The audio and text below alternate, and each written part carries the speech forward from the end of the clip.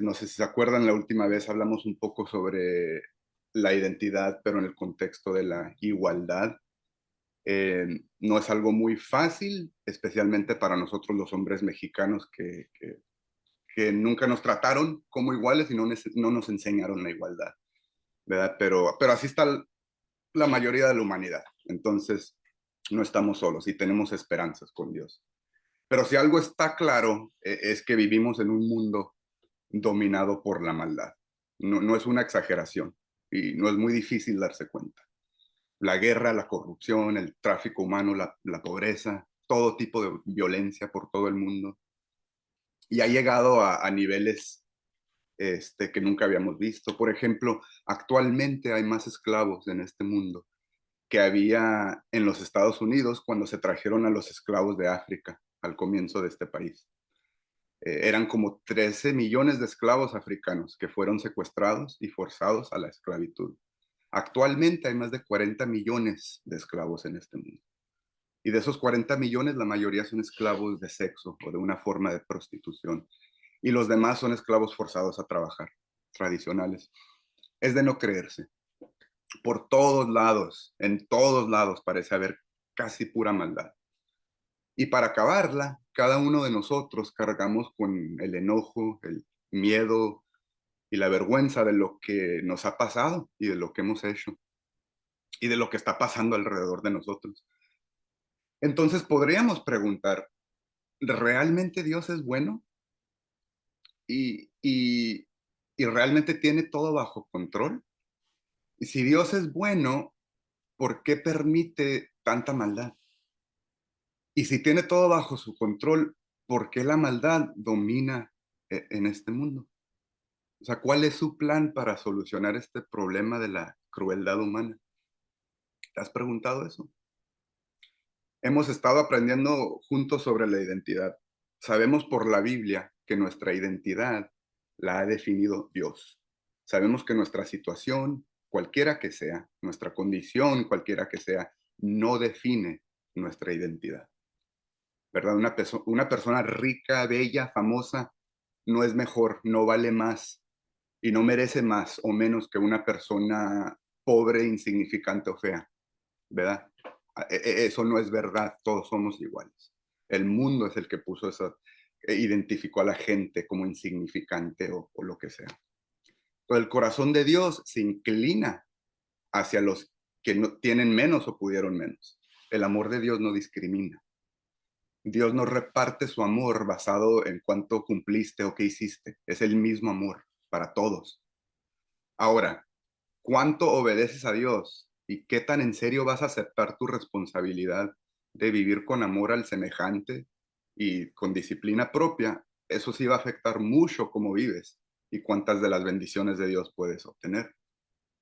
Si, por ejemplo, te enfocas en las bendiciones de Dios, te vas a perder en otro camino por cual no vas a encontrar a Dios, sino un desierto espiritual. Pero si te enfocas en buscar primero a Dios, en conocerlo, tu vida se va a llenar de bendiciones sin que quieras. Imagínate que tu alma es como una copa vacía que necesita estar llena. Ahora imagínate que Dios llena esa copa con su agua, ¿verdad? Esa agua, imagínate, es Él mismo y sus bendiciones. Ahora imagínate que no nada más llena la copa, pero le sigue echando agua sin parar, nunca. Terminas inundado con la presencia de Dios y sus bendiciones, mojando a cualquiera que se te acerque. Así es Dios y así es la vida con Dios. La vida sin Dios es como una sed que eventualmente te ahoga. Entonces, volviendo a nuestras preguntas, ¿es bueno Dios? ¿Por qué permite la maldad y cuál es su plan? La verdad es que Dios sí es bueno. De hecho, es el único bueno. Lo vemos en toda la creación y en el simple hecho que nos creó. Es tan bueno que no nada más nos creó, nos deja escoger cómo ser. Somos gente libre. Obviamente mucha gente ha escogido la maldad y es por eso que sufre la gente. No porque Dios no pudo controlar a los malos. No piensen por un momento que Dios no se va a vengar. Actualmente, Él está aquí en este mundo, ayudándole a cualquiera que se lo pida, pero también va a juzgar a todos al fin de la humanidad y va a exponer toda la maldad que se hizo en este mundo, cada hecho, y finalmente va a castigar eternamente a los culpables. Entonces no crean que porque los malos se salen con la suya, que realmente se van a salir con la suya. Es temporario. Y pobrecito el que no se arrepienta ahorita que tenemos la oportunidad. Porque nosotros los hijos y las hijas de Dios, ustedes, ya no son culpables en el mismo sentido y no serán juzgados. Porque ya se han arrepentido y han decidido seguir a Jesús. Pero no nada más eso.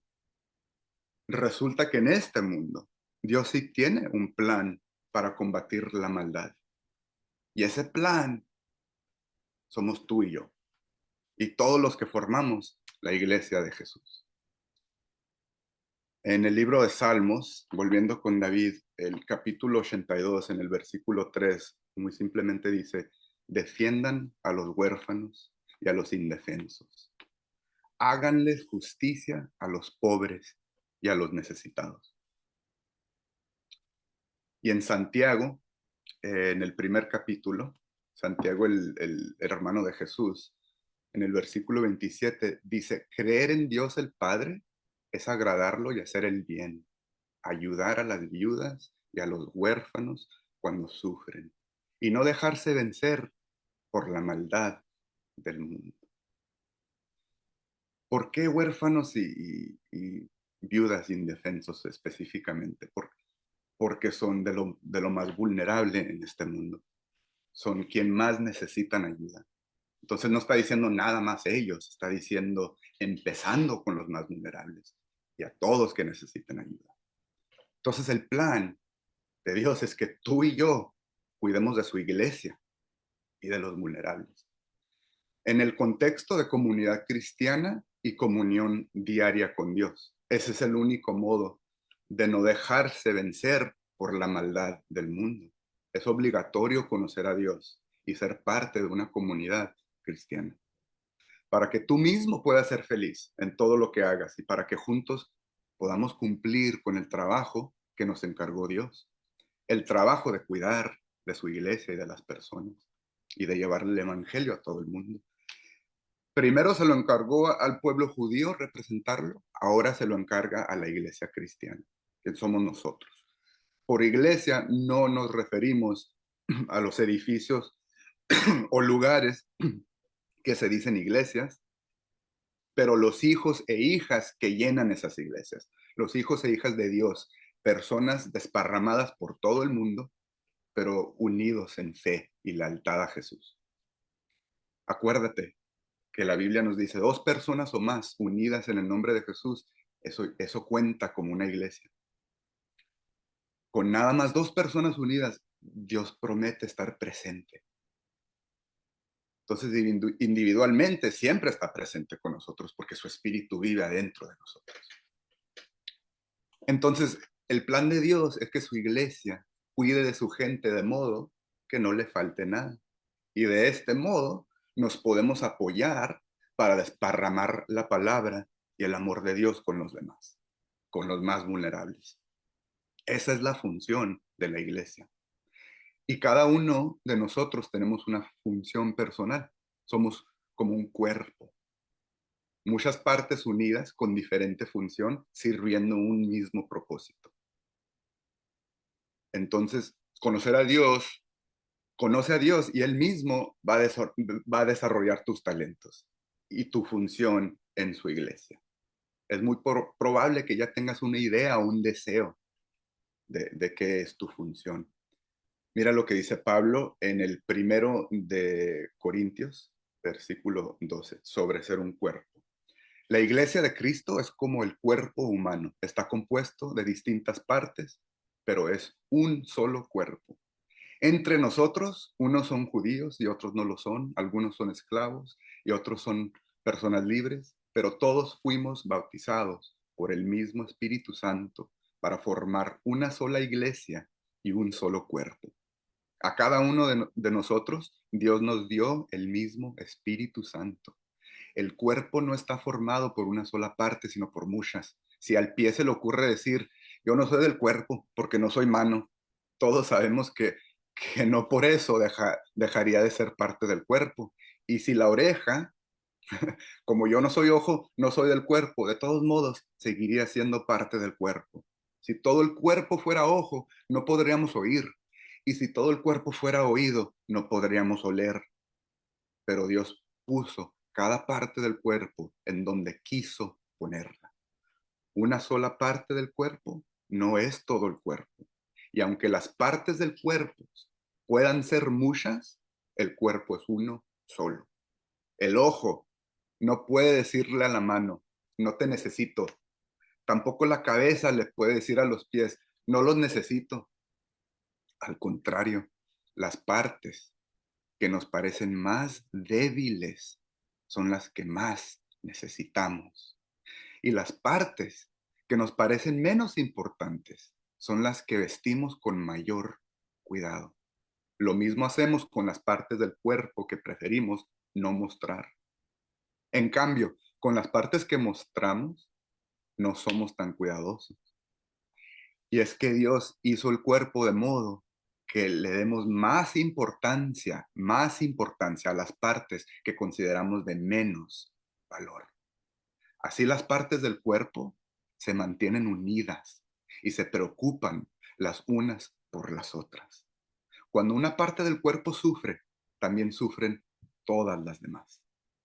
Cuando se da la importancia a una parte del cuerpo, las partes restantes se ponen contentas. Cada uno de ustedes es parte de la iglesia y todos juntos forman el cuerpo de Cristo. En la iglesia, Dios le dio una función a cada una de las partes. En primer lugar puso apóstoles, en segundo lugar puso profetas y en tercer lugar puso maestros. También hay algunos que hacen milagros y otros que tienen la capacidad de sanar a los enfermos. Algunos ayudan, otros dirigen y aún otros hablan en idiomas desconocidos y otros los traducen. No todos son apóstoles o profetas o maestros. Tampoco todos pueden hacer milagros o curar enfermos.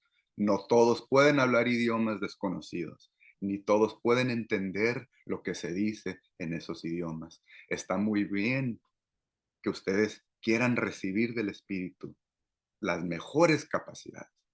Yo, por mi parte, voy a enseñarles algo más importante.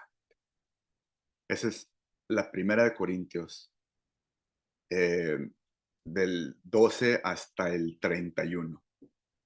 Y describe muy poéticamente cómo somos nosotros los cristianos, el cuerpo de Dios. Pero aquí al final, Pablo, yo por mi parte voy a enseñarles algo más importante. ¿A qué se refiere por más importante? Puedes leer el siguiente capítulo y te lo recomiendo. Pero tener una función es importante y significante y todo eso, pero más importante es el amor. Y de eso es lo que está hablando Pablo cuando dice que les voy a enseñar algo más importante, el amor. Si tienes talento, dinero, belleza, o has hecho cosas increíbles, le has ayudado a miles de personas, pero no tienes amor, no cuenta. Y fue en vano todo lo que hiciste. Lo que cuenta es el amor. Entonces puedes tener poco y hacer poco, pero si lo hiciste con amor, es mucho. Puedes ser el más rico del mundo y dar todo lo que tienes, pero si no tienes amor, fue en vano. Dar todo lo que tienes no te va a ayudar a ser feliz y menos te va a asegurar la salvación. Al mismo tiempo, puedes no tener nada excepto amor y con eso Dios puede cambiar vidas. El amor es el propósito. Cuidar de los demás, de los vulnerables, ayudarle a los que no tienen o no pueden, nos los encargó Dios porque tiene amor por la humanidad. Amor es lo que va a cambiar tu alma y amor es lo que vas a darle a los demás. Entonces, el modo que ayudamos simplemente es el vehículo para llevar lo que realmente importa, el amor. El amor es también lo que hace posible que no te sientas más o menos basado en tu función o tu situación o tu condición, sino que sepas que eres parte del cuerpo de Cristo, hecho por Él, amado por Él, protegido por Él, bendecido por Él y parte de su reino eterno. Y vas en ruta al cielo, donde nadie va a tener más o menos.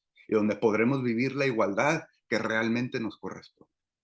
Por mientras, tenemos que representar la igualdad y hacer todo lo posible aquí para implementarla. El amor de Dios te va a dar las ganas para vivir y te va a abrir el camino y guiar hacia tu restauración. Dios va a sanar tus heridas, ya las está sanando y va a mandar personas que te ayuden a sanar tus heridas y va a ayudarte a mejorar tu situación a través de conocerlo, la oración, a través de otras personas, situaciones, oportunidades. Va a restaurar tu condición espiritual y emocional. El amor de Dios te va a llenar también de compasión y empatía por los demás. Y te va a ayudar a encontrar tu rol, tu papel, ¿verdad? Tu propósito, tu trabajo, tu función en el reino de Dios. Y Dios mismo, a través de su amor, te va a dar las fuerzas para cumplir con su propósito. Dios está obrando y trabajando para acabar su trabajo en este mundo, para cumplir lo que está haciendo. Y nos está preparando para el regreso de Jesús. La Biblia nos dice que Jesús mismo nos llamó a ser una iglesia unida. Entonces él mismo dijo que obrará en este mundo a través de su iglesia. Otra vez, la iglesia de Jesús está compuesta de individuos desparramados por todo el mundo, gente común, con vidas comunes, con trabajos regulares, ¿verdad? En culturas y países diferentes, pero con una cosa en común, el Espíritu de Dios. El propósito de la iglesia no es simplemente predicarle a la gente, sino darles de comer, ayudarles a darse de comer. Y más allá de eso, ya no estamos con la simple necesidad de comer. O sea, eso se tiene que resolver primero, de seguro, y bendecido los que les den y les ayuden a comer a las personas. Pero ahorita también lo más difícil es lo mental, lo emocional y lo espiritual. Acuérdate que tú no eres un cuerpo que tiene un alma. Eres una alma encerrado en un cuerpo. Esa alma es la que Dios salva. Y el alma es la que piensa y siente. El cuerpo puede estar dañado, pero es un estuche temporario. No es para tanto, pero tu alma es eterna. Y esa es la parte de ti que se comunica con Dios. La maldad de este mundo, más que nada, nos está dañando las almas, nuestras almas. Entonces, como cristianos, tenemos que ponerlos listos y proveer lo que la gente necesita para su cuerpo, pero también lo que necesitan para su alma. Por ejemplo, algo que no nos enseñan en la escuela o casi en ningún lado es que la violencia causa trauma. Más bien, ni nos enseñan qué es la trauma. Y la trauma es daño permanente en el cerebro y las emociones, causado por situaciones que asustan tanto que el cuerpo y el cerebro se quedaron marcados con la memoria y el miedo de esa situación.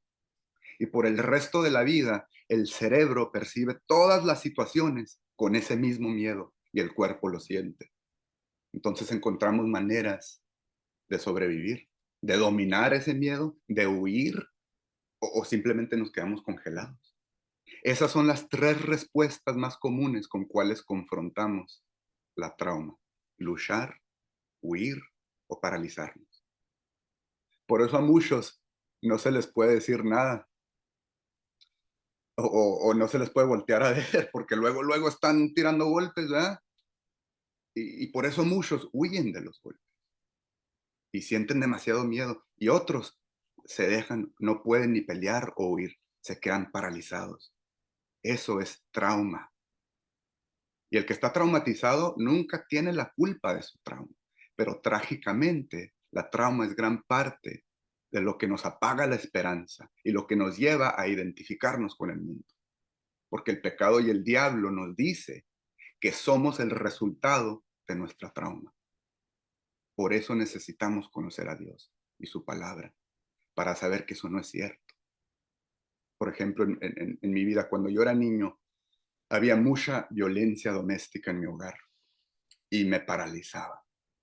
Entonces eso me llevó a tenerle mucho miedo a la violencia. De medida que cuando alguien me buscaba pleito de niño, me congelaba, me paralizaba de miedo. Y por años yo me identifiqué como un cobarde. El mundo, mi pecado y el diablo, todos me lo confirmaron. La verdad es que era un niño paralizado con miedo por la violencia extrema que veía en mi casa. Y un día, en mi juventud, esa vergüenza y el cansancio de aguantar abuso de cualquiera me causó a intercambiar ese parálisis con un odio y un enojo, y me convertí en una persona exageradamente agresiva, al punto que todos me empezaron a tener miedo. Y no me refiero nada más a mis niños y a mi mujer, definitivamente me tenían miedo, pero mis amigos, mis compañeros de trabajo, desconocidos en la calle, y yo ni me di cuenta de toda esa agresión y ese miedo de las otras personas, porque en mi mente yo tenía miedo y simplemente me estaba defendiendo. Me convertí en el tipo de persona que me daba miedo a mí, y todo porque yo tenía miedo. Es cuando me di cuenta que eso es lo que eso es lo que nos pasa a todos. Todos tenemos miedo. Simplemente tenemos formas diferentes de expresarlo, pero todos estamos sufriendo de las consecuencias de la trauma. La buena noticia es que Dios nos da esperanza. No tenemos que vivir traumados. Lo que sí es cierto es que vamos a necesitar mucha ayuda para resolver la trauma. No tenemos suficientes recursos o servicios psicológicos o sociales. Por eso es muy urgente que la gente de Dios se ponga en las pilas y se encarguen de su gente. Entre ayudarnos a nosotros mismos y el poder de Dios, cumpliendo con lo que no podemos, Dios va a proveer lo demás y nos va a sanar. Pero eso requiere que vayamos más allá de nada más tratar bien a la gente, requiere que nos ayudemos unos a los otros. Cada quien con lo que puede hacer. Entonces, en mi caso, ¿qué puedo hacer yo? ¿Qué tengo que me gusta hacer? A mí me gusta defender la gente, los indefensos, los que no pueden, como yo de niño no me podía defender. Entonces ahora a mí me gusta defender a la gente que no se puede defender. Me gusta presentarles a Dios a quienes no lo conocen. Eso me llena de alegría. Ayudarle a los cristianos a madurar, me encanta, espiritualmente y emocionalmente. Eso me prende, me hace sentir útil, se siente significante cuando lo hago. A mi mujer, por ejemplo, le gusta ayudarle a la gente con cosas más prácticas, cuidar de sus niños, con el mandado, quitarles pesos diarios, ¿verdad? Ayudarles a las personas con lo cotidiano. Y ella se siente llena cuando lo hace, se siente muy significante. Y también le gusta ayudarle a las mujeres a madurar en su relación con Dios. Entonces, todos tenemos diferentes talentos, gustos. Considera cómo eres tú, cómo es tu personalidad. Pregúntate, ¿qué te gusta hacer para la gente? ¿Qué te hace sentir útil? ¿Eres bueno para escuchar? Eso es muy útil. Necesitamos gente que nos escuche simplemente contar nuestras historias. ¿Eres bueno para consolar y animar a la gente? Porque la Biblia nos dice que lloremos juntos, que llores con los que están sufriendo, no que les vayas a dar lecciones. Consuélalos, animarlos. ¿Eres bueno para eso? ¿Eres bueno para enseñar? ¿Conoces bien la palabra de Dios? O sea, te enfocas mucho en su palabra y la conoces. Enséñala a la gente. ¿Eres bueno con los recursos? O sea, ¿eres bueno para sacar cosas, para ganar dinero, para encontrar lo necesario? Ayúdale a la gente que no puede. ¿Sabes hacer cosas útiles? Entrena a otra gente a hacer lo mismo. ¿Eres bueno para trabajar? Ayúdale a la gente con mano de obra, con cosas cotidianas. ¿Eres bueno para proteger? De eso se trata ser un cuerpo unido, una comunidad cristiana, de ayudarnos unos a los otros. No nada más ir a la iglesia y escuchar una predicación una vez a la semana o 5 veces a la semana. La predicación no es suficiente. Es la comunidad y el amor entre nosotros. ¿Cuál es la meta? Entonces, de ayudarnos unos a los otros, cada quien con lo que puede, para que a nadie le falte nada físico o espiritual. Entonces, cada grupo de cristianos, ya sea una iglesia, un ministerio, una organización o una cárcel, tiene la responsabilidad y la oportunidad de representar a Dios y de experimentar de sus bendiciones. Son muchas e intensas las bendiciones de Dios.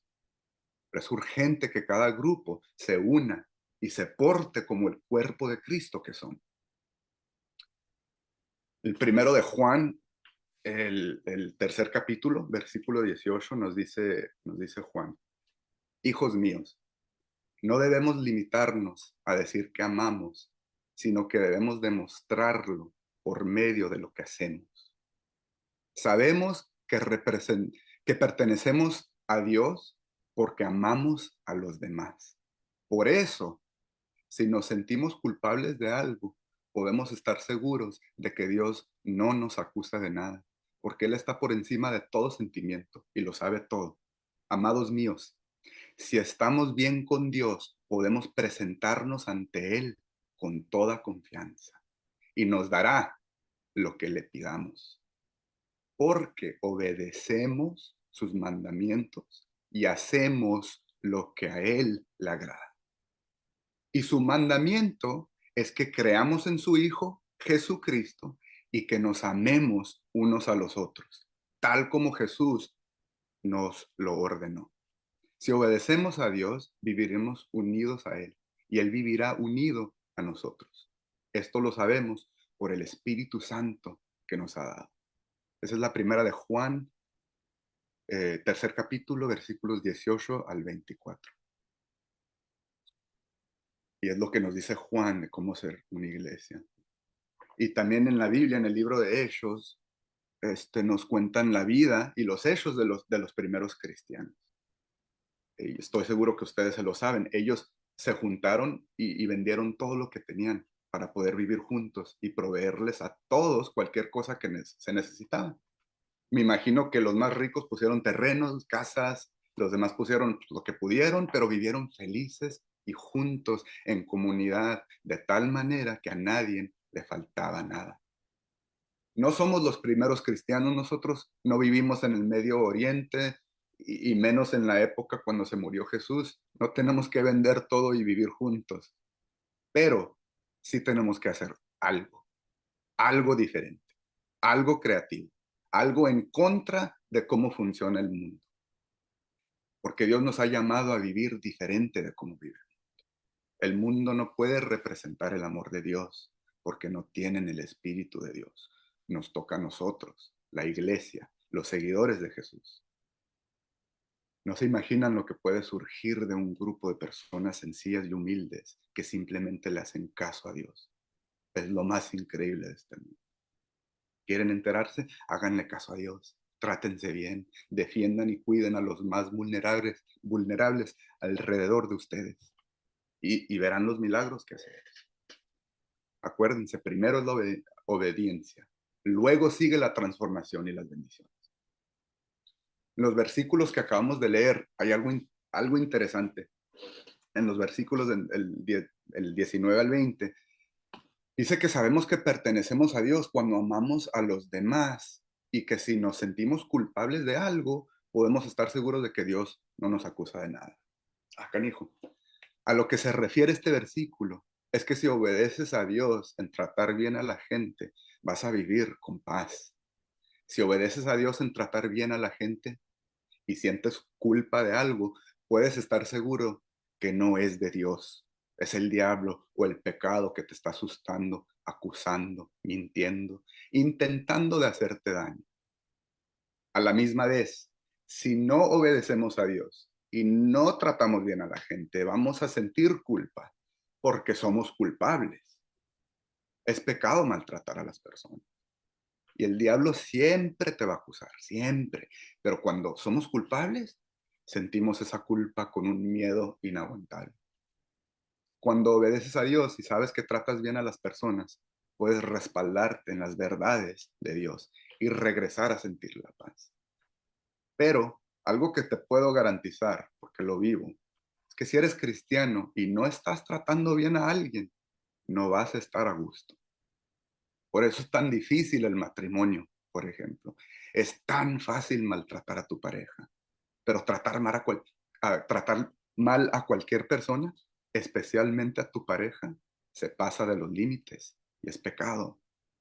Y no vas a tener paz hasta que te arrepientas y pares de pecar.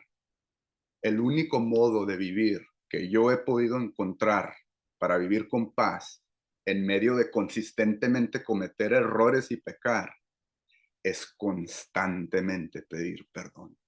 Es regresar a la cruz de Jesús una y otra vez. quiere decir admitir lo que hice mal, admitirlo a quién se lo hice y pedir perdón. Y con todas mis fuerzas hacer lo que pueda para cambiar.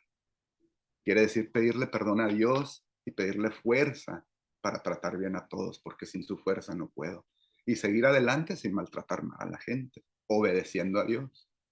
La vida cristiana requiere varias visitas diarias a la cruz de Jesús, donde entregamos nuestros pecados y los intercambiamos por paz y bendición.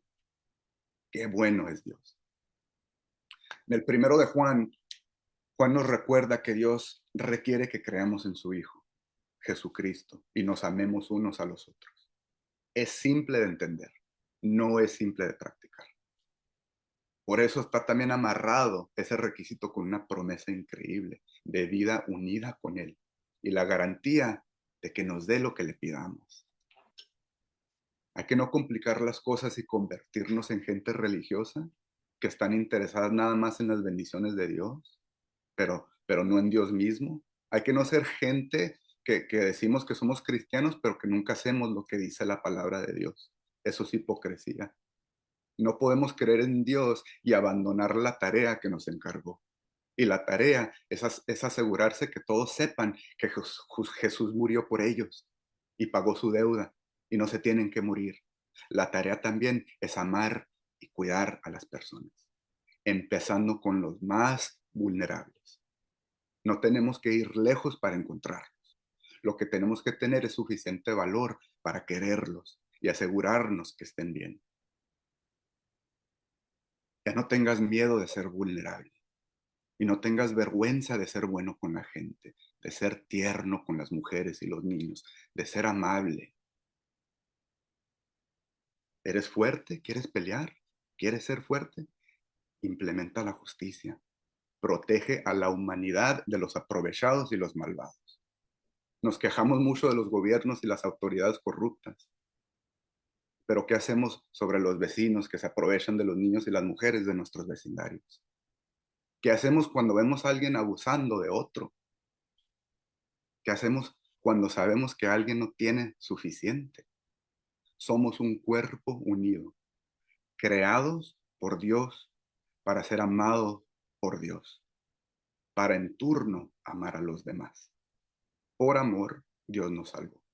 Su amor es la única razón que tenemos esperanza, pero hay mucha gente que no conoce de su esperanza.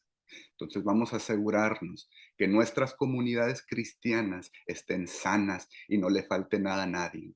Así nos podemos ayudar juntos y apoyarnos para ayudarles a los demás. Porque resulta que que nosotros somos la esperanza para la gente vulnerable de este mundo. Vamos a orar. Padre, somos personas vulnerables y tú nos has dado tanto amor y nos has protegido y nos has salvado y te lo agradecemos y nos arrepentimos por nuestro constante pecado, pero te damos gracias que nos perdonas y que mejoras nuestras vidas y que nos unes a una comunidad cristiana y que nos transformas. Padre, pido que no pares de darnos eso.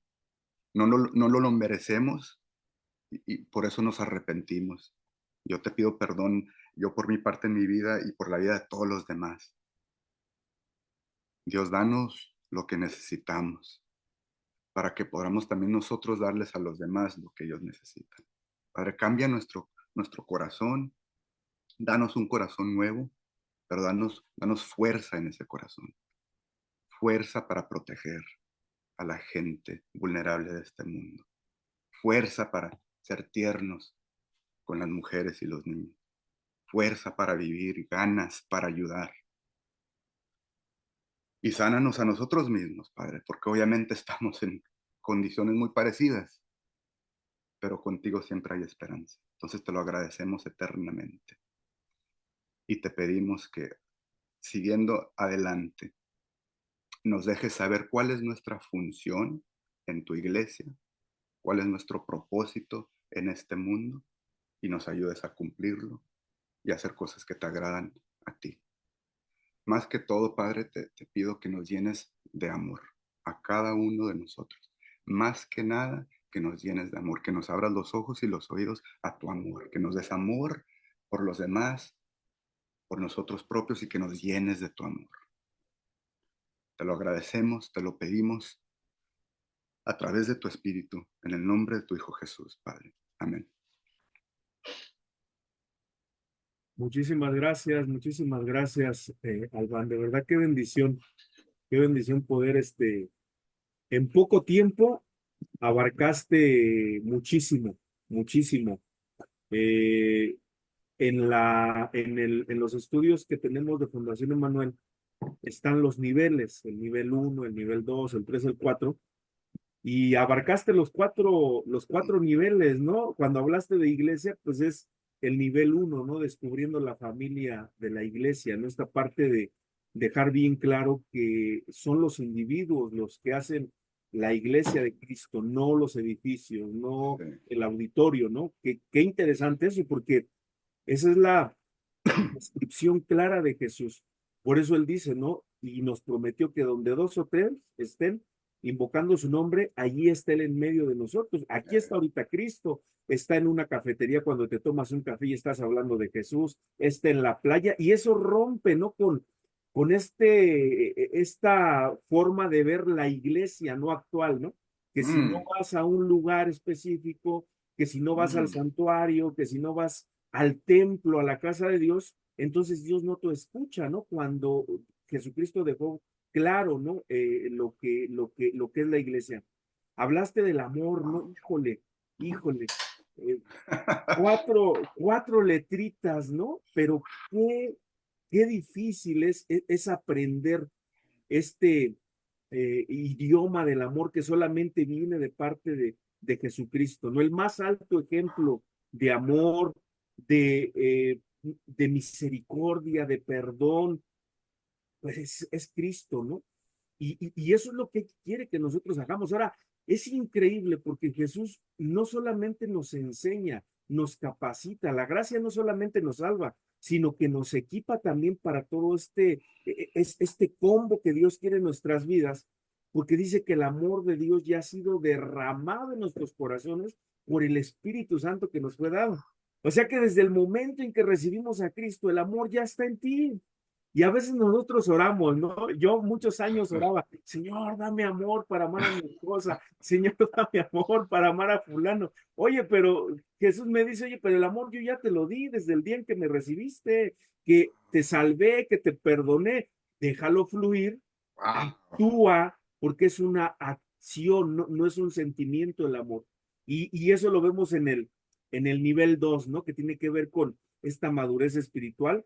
Hablaste del ministerio, qué importante, ¿no? Porque todos los dones, los talentos, las habilidades que Dios nos ha dado, quiere que nosotros las pongamos al servicio de los demás, en la práctica, ¿sí? Lo que tú decías, ¿no? Qué padre es cuando, si tú tienes alguna habilidad y puedes enseñarla a otro, si tienes alguna capacidad que otro no tiene y lo puedes enseñar, y qué bendición es porque ahí es donde se hacen esos lazos, donde se une como familia, donde podemos darnos cuenta que no es vamos solamente ir, como tú lo decías, un día por semana, o aunque sean 5 días a la semana, pero no hay esta interacción, ¿no? No te conoces, o sea, vas, te reúnes y simplemente levantas tus manos, oyes al predicador y te vas y tu vida sigue igual, igual, igual.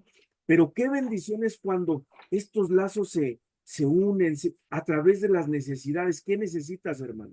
Estás pasando por situación económica, te quedaste sin trabajo, mira, no es mucho, pero algo te ha de servir y no te preocupes, vamos a buscar trabajo y ya no es uno solamente buscando trabajo, son dos o tres y el hermano rápido encuentra trabajo, ¿no? Y al rato lo que tú le enseñaste a él lo practica de la misma manera, dones, talentos, habilidades. Y el último punto que tomaste, ¿no? Que fue el servicio que tiene que ver con el nivel 4, mi misión de vida. O sea, ¿por qué estoy aquí en la tierra?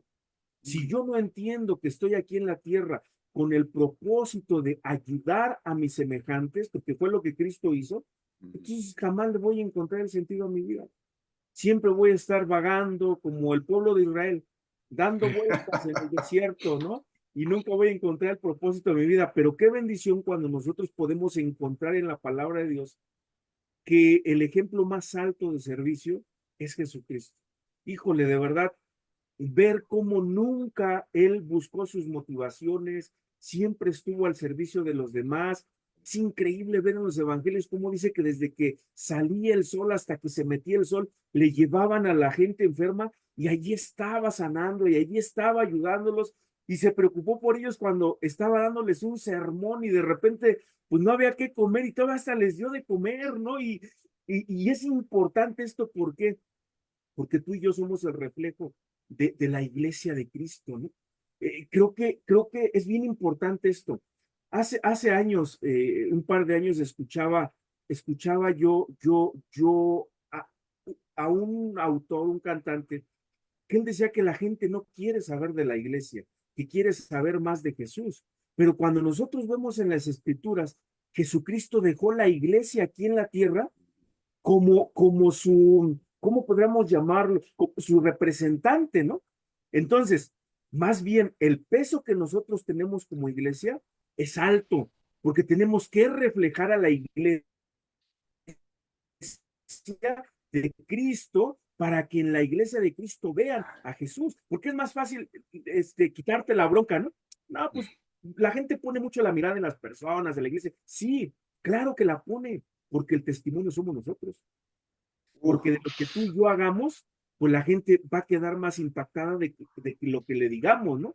Entonces, de verdad, qué bendición, Alban, de verdad, una grande, grande bendición este mensaje poderoso que nos hace reflexionar de que no solamente tenemos que, como cristianos, llevar el título, no, tenemos que aplicarlo en la vida diaria, que la gente vea en nosotros a Jesucristo y como iglesia de Jesucristo tenemos que actuar porque es increíble, a veces, aún dentro de la congregación, hay viudas, hay enfermos, hay necesitados y no se les ve, o sea, no se les procura, no se les cuida.